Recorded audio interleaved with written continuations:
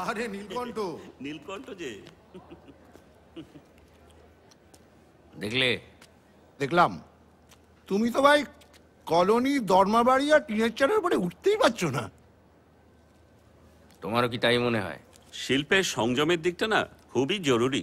তোমার এই সংলাপগুলো একটু বাড়তি বলে মনে হচ্ছে না? Too many moments, too many or incidents. তাই বুঝি? আসলে তুমি নাটকের বাইরে বেরোতে পারছো না নীলকণ্ঠ। গল্পের পদে পদে কোইন্সিডেন্স। আর নারেটিভটা হচ্ছে না। খুবই অমসৃণ ভাই, বারবার ধাক্কা খায়, এলোপাতারি ভুলভাল ফ্রেম, এডিট জার্কস।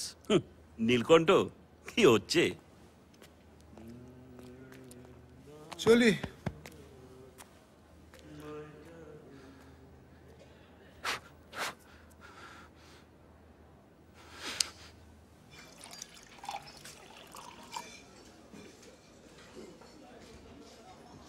নিজের ক্যাটের পয়সা খরচা করে ছবি করে কেউ।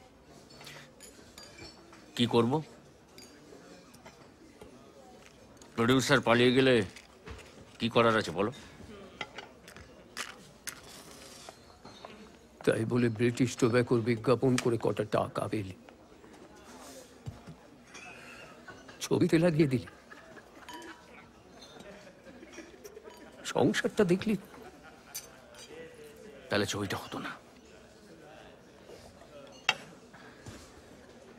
কটা পয়সা আসে বলে মাথা হিট করে অফিস থিয়েটারে ফিরেছে। তুই সত্যি আমরা কি বলো তো বিক্রম দা, বুদ্ধিজীবী নাকি আমোদ প্রমোদ অধিকর্তা?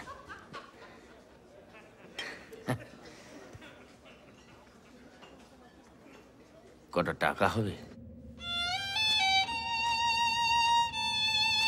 Life is but a walking shadow, a poor player that struts and frets his hours upon the stage and then is heard no more.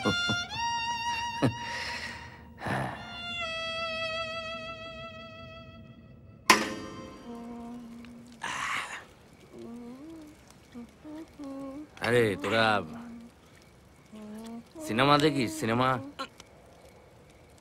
যেদিন কারো পকেট কেটে রোকরা পাই রোকরা, সেদিন দেখি। এই কাশ্মীর কি কলি দেখেছি, সঙ্গম দেখেছি। আমরা দাদা সব মেকআপের ফ্যান। কিছু মনে করো না গুরু, ওই তোমার বই বুঝি না, দেখি না। নতুন কথা কি কেউ বোঝে না।